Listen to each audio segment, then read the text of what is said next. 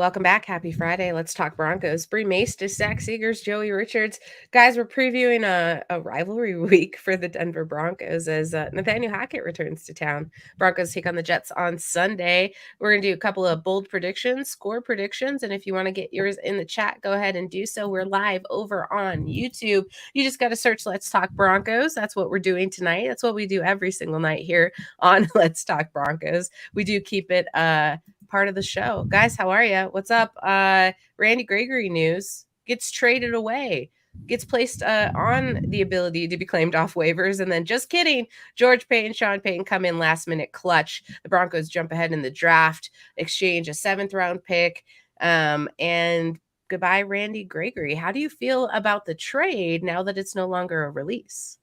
I'm feeling great about it overall. I mean, I think anytime we see these, and it's become more common, I feel, over the last year or two, where it's like reported a player's released, the paperwork isn't done yet, and it creates some trade buzz, and it allows the trade to get done.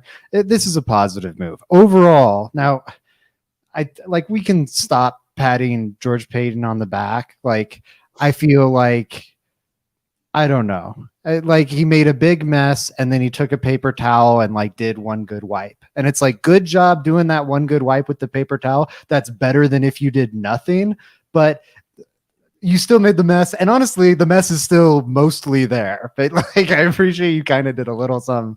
Well, I can't make Zach Seegers happy here on the show. It's a good move. But let's keep it in the grand scope of what happened. You know what I mean? But the trade within itself is positive. Your analogies, Zach, of just doom and gloom are elite. I got to give you that, man. Thank you, Joey. Yes. I mean, you have them. That's your bag. You're great at that. That's one thing I have to give you credit for. I'm like goth coward. Yeah, you are. Yes, I agree. No, I'm kidding. I mean, overall, you're correct, but ultimately, I'm super excited because it sounded like the Broncos just released him 2 days ago, which is, hey, let's go. Hey, because I didn't expect it. This was kind of not expected, especially after the Broncos put out that they were going to release him. I was sitting there thinking to myself, that's a good way to trade him. Not. That's the worst way ever. So they actually ended up getting it done, and I'm happy about it. The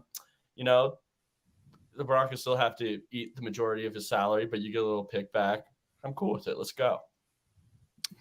And you send him to a contender as well. So I think that that's a great move for Randy Gregory. I think it's not Von Miller-esque. I don't know what kind of impact he's going to have on this team, but it's an interesting flip of the switch. I just find it interesting that Zach wanted to get that zinger in on George Payton, in addition to talking about the trade. We get it. We get it. You're unhappy with the results here. And even though he made a good move, you're going to hold all the past against him as you move forward. Never to be context of his progression. It's the context of the move. It's a context of the move. Why is the trade good? Because instead of eating $22 million worth of dead cap, you're eating 20. The math is out, by the way. You're eating $20 million worth of dead cap, and you got to move up around in the draft. That's good. You turned nothing into something. But the fact you paid you have $22 million in guarantees on the books for nothing is bad. You took a calculated risk on the Randy Gregory experiment, hoping that he would play more snaps than he has in his past career, and he didn't end up doing so. That's a bad evaluation. And that's evaluation. Because if it had worked out, it would have been a great one. It's very easy to speak on hindsight of what happened and worked out with Randy Gregory when it could have been positive.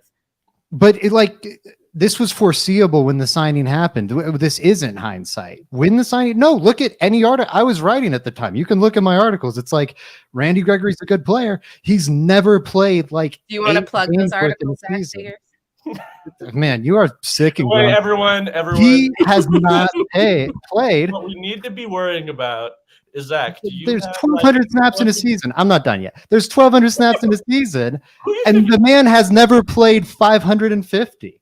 And we're going to go, well, wait, you paid him like an elite edge rusher, and then he wasn't that? And how could you have seen that coming? Well, I mean, look at the guy's track record. It was very evident. Listen, we're worrying about the wrong thing. Zach, I'm worried about, do you have these George Payton analogies written down somewhere? I'm freestyling, man. Off the dome. That's what I'm worried about. Off the dome, Joey. Hey, I appreciate it. It's always good. I like them all. I'm golf clapping. Everyone's jumping in the chat right now. Cal says Brick's back. The Brick is back. I thought that was a mistypo of Breeze back. He doesn't care about me, he just cares about the Brick background. Dante McCluskey in the chat. So after the trade, we still eat that $6 million next year. I can't find that shit anywhere. Zach's our numbers guy. Yeah, I can't find the byline on the article, but Denver Post 4 hours ago, because they have the paywall thing. So sorry, I would credit your name. I'm assuming it's Parker Gabriel. They get charged $7.72 million against their cap this year instead of Gregory's initial 16.1. So they're freeing up $9 this year, and then they have $13 million in dead cap left next year. They would have been paying him 14 anyways. So again, they're freeing up a nice $11 million. It makes sense for what he was with the Broncos. I do want to circle back really quickly to a point Bree made, because I think it's dead on. This is really nice for Randy Gregory. I wouldn't be surprised if in like December, the people in Broncos country are like, "Oh, this was a terrible trade. Look at how good Randy Gregory's playing now." And I don't think it was going to happen in Denver. You look at San Francisco's defense is so incredibly well coached. It has been for a long time now. You've got Chris Kasarik being the best defensive line coach in the league. He's going to get Randy Gregory rolling. And then also, I do think some of the maybe effort complaints with Randy Gregory I think they've been overblown after these first 4 weeks, but I could see maybe he's not playing with the same fire or intensity as he was in last year's defense. And who can blame him? You're getting 70 dropped on you. That would torch my spirit a little too. But then San Francisco, you get to be a rotational player. You're not having all these snaps. I wouldn't be surprised if Randy Gregory is pretty nice for the 49ers. Be more money if the Break were real. That's not the point that I was going for. But I really appreciate it, Zach. I appreciate it. None of this was manufactured to get you to light up here on Let's Talk Broncos on a Friday. I definitely agreed with everything that I said. And I want to thank you for being reactive. I want to thank Cal for donating $10 to the stream that I want to think was elicited. $2 to the stream. That would be more money if the bricks were real. You don't know. 10 you don't know if these bricks are real. I think so. It's 12. I misread. I'm sorry. $12 from You're Cal. Right. $200 from Cal. Whoa. Audio listeners, yeah. Shout out to audio listeners and Cal for just giving us $200. But Zach, I want to add on to a point with Randy Gregory's guys, you got to pass it through like we're telling the truth here. Come on, let's do it. I can't read. 1 second, let's move. No, just here. I've got to say something. Got me. Okay. Randy Gregory's body also is probably better for a situational role at this point. If you're going to call him injury prone, he probably is best to go to a 49ers team that is loaded up front with Nick Bosa and Hargrave and those guys up there. I bet you he produces down there. I bet you he produces the same way Nick Benito should be kind of in a role, I think, in Denver. It's the same way Randy Gregory is going to be a role over there and probably play a massive piece to that team. But yeah. No, I think it's a great point. When did he have his career year that the Broncos kind of paid him off of? It was when he got to operate as the number 3 behind Micah Parsons and DeMarcus Lawrence. And he thrived in that role. He was amazing in that role. This will, I think, be a return to that in San Francisco. And then we could all complain about how it's a bad move by George Payton. Listen, I'm just saying, let bygones be bygones. The next big good decision can be held in that regard. But I got to shout out to Dante McCluskey over on YouTube. Gave us $5. He said I was going to do 10 again, but I figured George Payton can pay the rest. George, if you're listening, you got to pick up the rest of the tab here as I guess you trade us away to the Dolphins. Where would you guys choose to take the podcast if it wasn't a Let's Talk Broncos? Oh man, I don't know. I'm just saying I would not put that burden on George Payton's shoulders. I think he needs to be saving that money. I'll say it. George, save the money. It might not be a minute until you're a GM again. Well, I'll be honest. I don't even know if George Payton is calling the shots anymore. Is he allowed to? Anyways, let's let's move on. It's like John Elway's final year, kind of. It's like he's in the building, and he's got a title, but and people are saying he's the GM, on Twitter because they get mixed up, but they're not. He's not the GM anymore, guys. It's Sean now. You're a wild boy. Yeah. This is crazy. I don't know what you guys have been up to in my absence, but it feels like you've gone off the rails, and I'm like, I'm okay with it. I'm feeling angsty. I've had a long week. I'm tired of Zach, if you're gonna go in this direction, I need the cap off. I need you to side sweep your hair, put a little bit of bang action in front of your face, and then you need to get real emo about it, because gallivanting around as a fake one is not going to prove anyone's point to anyone. And if you want to see Zach Seegers have a side swept bang for the entirety of the pod, we're going to have to come up with an amount that you have to donate in order to do so. So let's talk haircuts. Samuel Castro in the YouTube chat. Peace up to you, Samuel. It's always good to see you. I will be at the game on Sunday. I'm super looking forward to it. Cal says, let's talk to Cal. Not let's talk Cal. It's let's talk to Cal. So the show is now in a bidding war to be picked up by the Let's Talk Cal network. Sniper is in the chat. It's good to see you. If the Broncos lose to the Jets on Sunday, then it's definitely going to be a long year if it hasn't become so already. Well, that's what we're here to talk about, Sniper, because the biggest rivalry, absolutely the most anticipated game of the year, was and could still be the New York Jets coming to town this Sunday. But now it's Zach Wilson against Russell Wilson. So, guys, let's get into the bold predict. Yes, Dante. Yes, I'm sick. I've been sick for like 3.5 weeks now, and it's not going away. And honestly, at this point, I don't like listening to myself. So the fact that you're all here listening to me, I appreciate you. Donate $5 to my recovery fund, and we'll see if I can't get back to standard.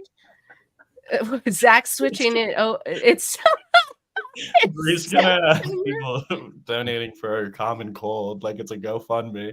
This is out of control. No, that's crazy. It's crazy. Like, yeah, the GoFundMe's for horrible life debilitating illnesses. But she scaled it down to $5. You don't know. I don't care. It's HIPAA over here. I'm not telling you what the diagnosis I got was. What are you implying you got some horrific diagnosis? Is that the route we're gonna go down? You don't know. Like, you're just commenting on something that you don't have privy to. And I hope that you bold prediction. Bree does not make it through the end of the Jets game. Oh, damn, that's dark. Monday show. It's Joey and I are wearing all black, and we have red hair. Anyways, I was going funeral, but I like the mini Bree instead. Yeah, Mike 677 says start a GoFundMe for Bree Z-Pack. I don't have the flu. This is honestly just carryover from a head cold that I had for a while, and it dropped into my chest because I have baby lungs. And yeah, here we are. His immune system is Randy Moss. It's in there, she's coming down with it. That's one thing we found out on this podcast. Anyways, I have a bold prediction for you because it looks like the Jets secondary is in a little bit of poor straits. Marvin Mims is still the hot hand here, and I think that he could go over, his yards. I do think he could score a touchdown here because who's gonna fucking stop him? So, guys, it's gonna be a Marvin Mims heavy bold prediction here. We're gonna go plus 25. No, let's go plus 27.5 yards for Marvin Mims in the first half, plus a TD in the first half. I know you were thinking, the 30 yards a game's not really bold. No, first fucking half, Joey. Wipe that look off your face. Are you taking or leaving the bet? 27.5. That's 20. And the touchdown has to come in the first half as well. In the first freaking half. I am going to take your bet just because you added so much together there. If you left it at one or the other, I'd roll with you. But you're trying to do like parlays on the podcast now. So I think I'm going to take you up on that. This is a bold prediction show, you freak. What else am I supposed to do? Yeah, but there's strategy behind it. You know what I mean? Like, oh, I didn't bait you hard enough. I wasn't convincing enough for you. Yeah. Bree has been hammering these first half Broncos offensive props, and I think it's actually really smart. She said first half, which makes it a little bolder, to her credit. I kind of feel like the touchdown, I have to take her on this, and I will. but I feel like I'm getting trapped here again because this is when the Broncos offense has been great, when it gets to operate off of Sean Payton's opening script. I think it makes sense to make that over a second half bet. And then I do feel like Marvin Mims is going to pick on this. Just even, you know what? I feel like I pick up every single one. I'm not going to pick up this one. I don't know. We'll see. Hopefully, I could be. I'm gonna pass. I'm gonna pass it. So I'm the only one. You're that's fading going it. to get a point this week off of this. Great to know. I hope Cal is keeping track. 30 yards and a touchdown. That's like one min per touchdown. Spreadsheet. Load the image. We're all tied across the board, Joey. Don't act. We're not. We're ahead of Joey. We're at. Yeah, I think you and I have 6 and Joey has 4. Yeah, you guys are letting me catch up right now. Right now, it's about to be a tie ball game after this week. Everyone, prepare. Anyways. Dante's got a bold prediction for us. Justin Simmons gets an interception for first game back. Dante, you're reading my mind because this is the one that I initially came into the show with. The idea here is that Justin Simmons in the past doesn't need a full game schedule in order to blow his previous season's totals out of the water. In fact, when he's hurt, he comes back and he absolutely tears it up. He's been wanting to play. The only reason I didn't go with this is because I would have to apply the caveat if Justin Simmons plays. We still don't know yet if he's going to be active on Sunday. I don't feel great about it. I also would not choose to put Jay Sims in the game, but this absolutely is a bold prediction that I would vouch for. I would. What's the answer for when I want to agree with a bet? I leave it. If you agree with it, you'd pass on it. You're not going to fade this bet. I'm not taking this bet because I think I like it happen. I think it's possible. Zach Wilson come back down to earth. I'm with you, Bree. I think that's a good call. I think it is a good call. Good defense. Anyway. USMC Sniper 123 over on YouTube said bold prediction: fans are going to count down the play clock. I hope they coordinate. This is going to be amazing if we can coordinate it. But let me tell you, sometimes they're cheering while the offense is on the field. So let's hope that this is a very together crowd and they can get it figured out. I would love to see it happen because that's fucking hilarious. So yes, please, if you're there on the game on Sunday, go ahead and count down the clock for the Jets. I would take a video of it and post it on social media if it happens. Just saying. Joey Richards, give me your bold prediction for Sunday. Okay, bold prediction. Russ over 3 passing touchdowns. Guys, read. What does this say right here? Free smoke. It's personal. It's personal with Russell Wilson this week. It's personal with Sean Payton this week. Russ is going to go off. I'm going 3 touchdown passes. I think it's going to be a higher scoring game than some realize. This Jets defense on paper does. It's one of the best on paper. It's really, really good. Now, they do have struggles at cornerback, but I think Russ continues to ball out. I think he does it against Nathaniel Hackett. There's just too much to prove from this Broncos offense. 3 passing touchdowns for Russell Wilson. And then I'll also go, I don't know. I'm looking at your guys' faces right now. It's not looking too impressed. Joey, I'm dying. We'll go 300 passing yards to go along with it. 300 passing yards, 3 touchdowns. It's a big week for Russ. Well, no, you're okay. Now you're parlaying bets and you're just throwing crazy stuff out there. So I was changing the screen around. I don't know what's going on anymore. I'm sorry. That's the right one. I went to the wrong custom layout. I'm sorry. That was offensive. Do you know how close you got to my face? I'm very sorry, Bree. I'm very sorry. I'll own that. Ruined like my rant. Like all of us just kind of looked at each other like side-eye. I just froze. I was like, oh no. All right. What do you guys think about that? We're going 300 passing yards and 3 touchdowns for I think Russell. it's rich that you were just making fun of me for doing the same thing, adding a little sauce to it. Now it's too rich for my blood. I don't think that's going to happen. We're podcasting. I'm trying to be entertaining. I don't know. You don't like the Jets defense? You just don't. You just don't think that front 7 is going to get anything done and apply pressure to the offensive line, who's been struggling a bit against anything. I don't know, man. The trench doesn't look great against the any kind of rushing defense. And then what are you going to do when Russell Wilson is scrambling against that Jets defense? That's the thing that scares me. This is going to be a real test for the offensive line. Washington has the talent, but overall, so far this season, that front, I think they've been good, but maybe not exceptional. This is going to be the first, I think, real tough task for this Broncos offensive line, and I'm curious to see how they fare because Washington was tough. Good. Washington was tough, but they haven't been playing to this level, at least in terms of run block win or pass rush win rate and run stop win rate, I think is the defensive version. So I don't know. I think that's going to be very interesting to see. And they, to your point about Washington, that's probably the best defensive front they've played so far. And the pressure kind of got after us in the second half and was a big reason the Broncos collapsed down the stretch. I do worry if the Broncos are going to be able to run on this team, especially without Javonte Williams. You know, can McLaughlin looked great last week, but can they pick up that slack?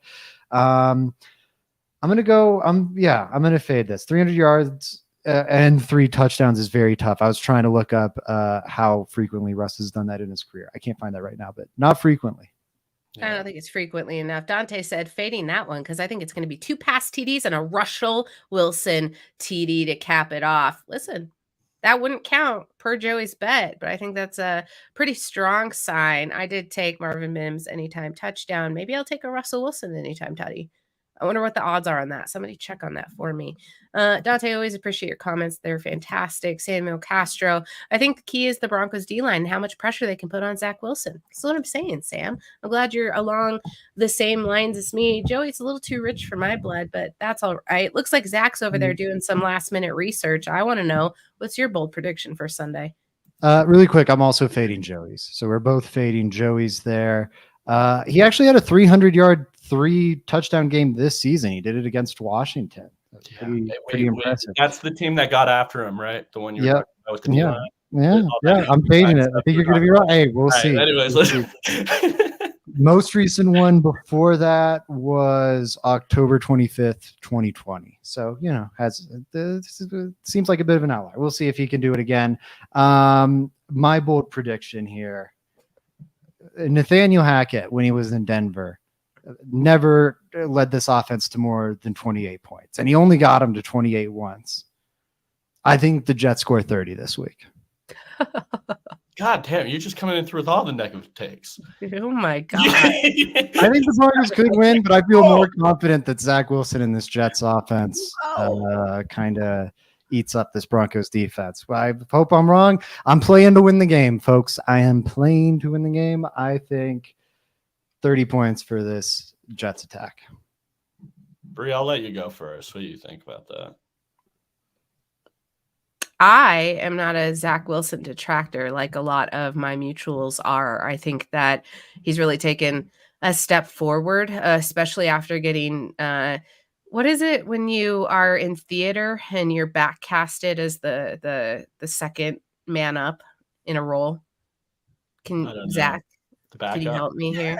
The second man in a role. The backup. Wait, no, what does it say? There's an actual word for it, and I really wanted to use it, but it's gone. My brain's melted, and it's full of NyQuil.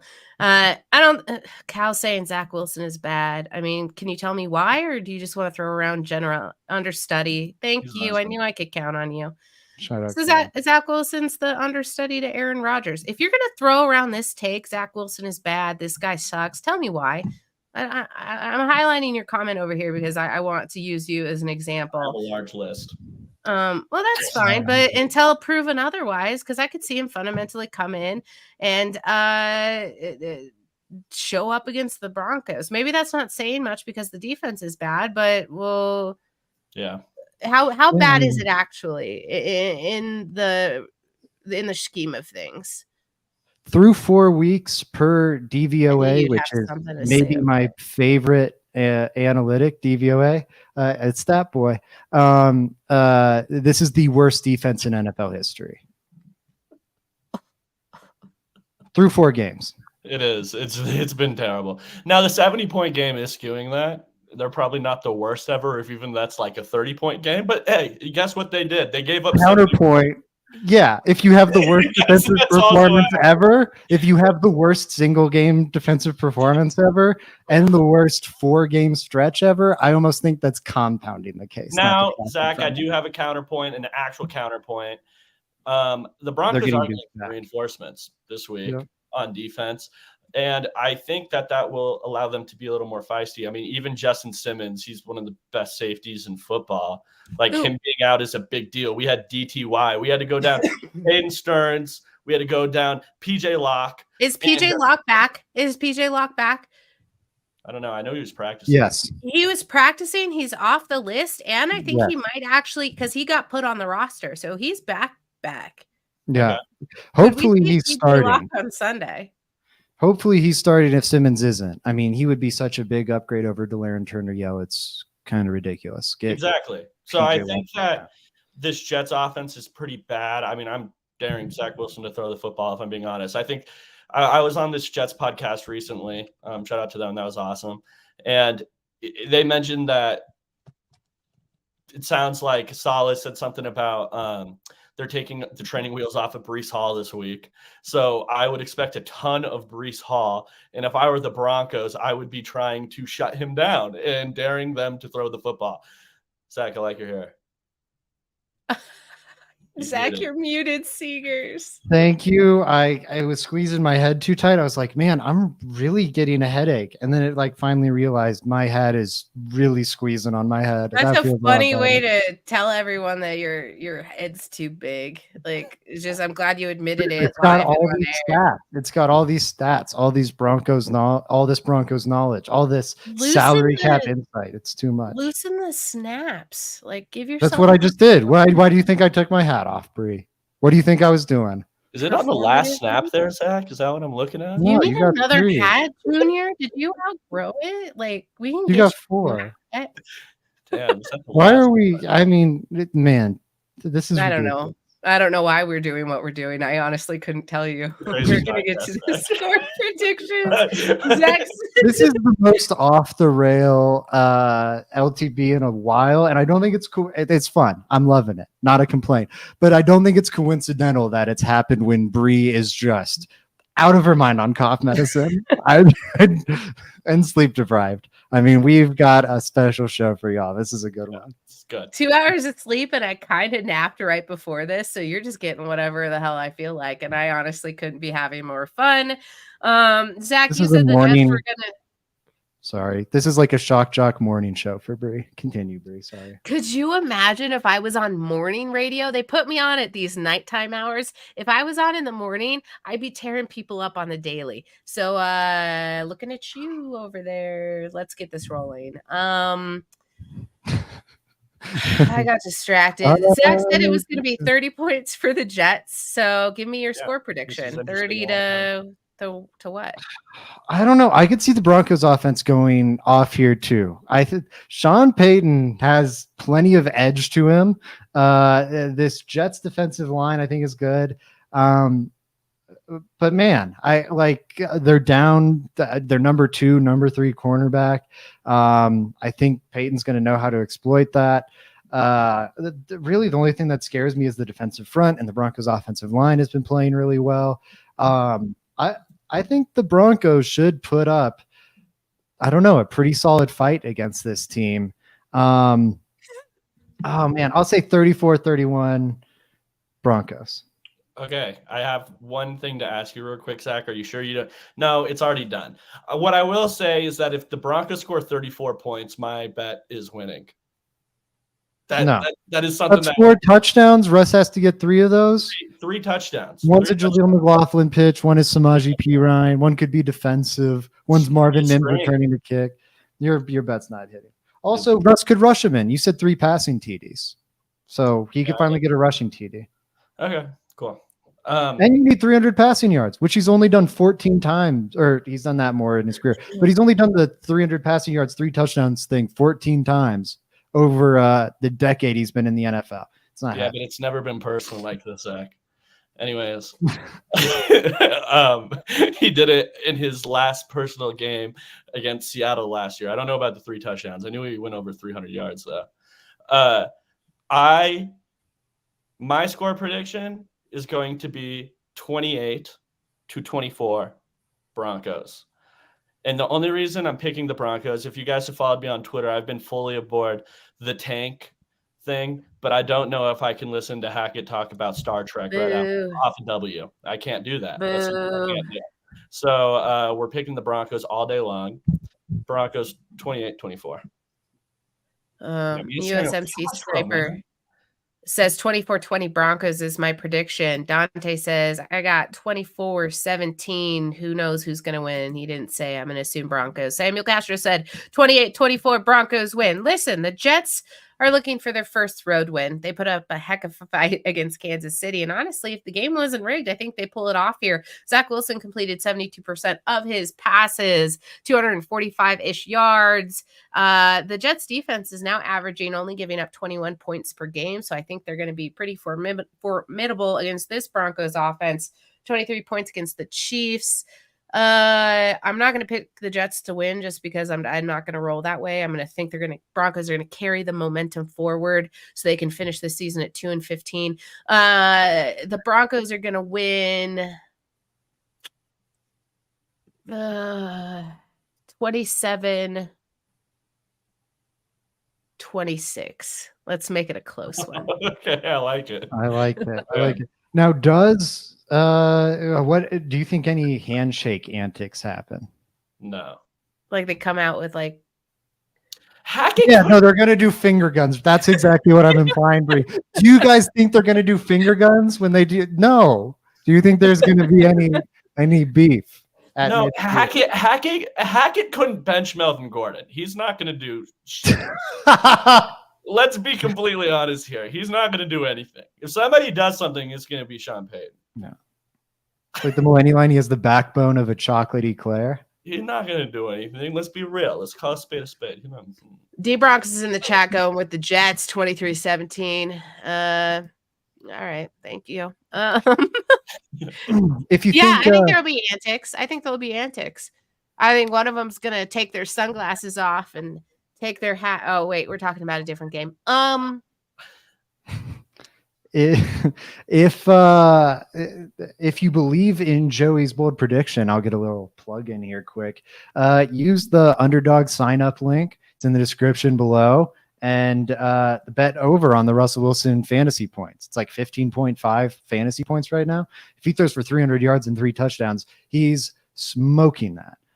Or if you think I'm right and the Jets offense is going to go off, Zach Wilson's at like 14.35 fantasy points. So that could go off too. Code Let's Ride. Scan the QR code. If you miss it, rewind the video, scan it then. If you're listening to the audio version, figure it out, man. I don't know how, but I believe in you. Guys, that'll do it for the show. Joey's signing off with a salute. And so we'll catch you later. No, tune in. We'll be back. Zach Seeger is going to break down the game directly following the game on Sunday. You have Patrick Chiotti? Yeah. Damn. We can't even get Patrick Chiotti on this show, and you got him for the post game. Or as most people know him, that guy on the podcast with Chris Harris Jr. That's right. I got him. They've done interviews with Terrell Davis. They most recently had somebody else on.